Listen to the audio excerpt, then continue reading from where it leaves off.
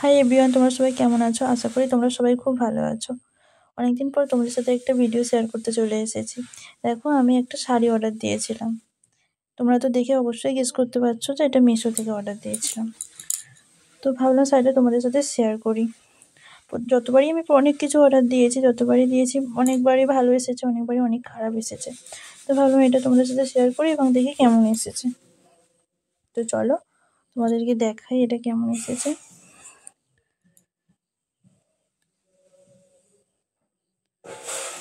শাড়িটা তো যখন খুললাম তখন তো অবাক হয়ে গেলাম, ভাবলাম কি এসছে।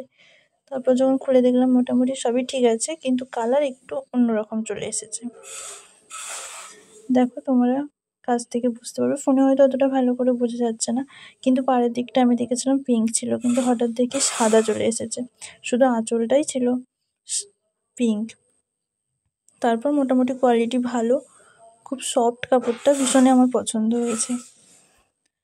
দেখো তোমাদের কেমন লাগে অবশ্যই আমাকে কমেন্ট করে জানাবে। সেটা তোমাদের কেমন লাগছে অবশ্যই কমেন্ট করে জানাবে।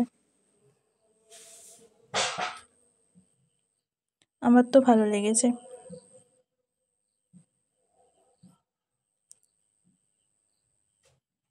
পিঙ্ক আর হোয়াইটের মধ্যে ছিল।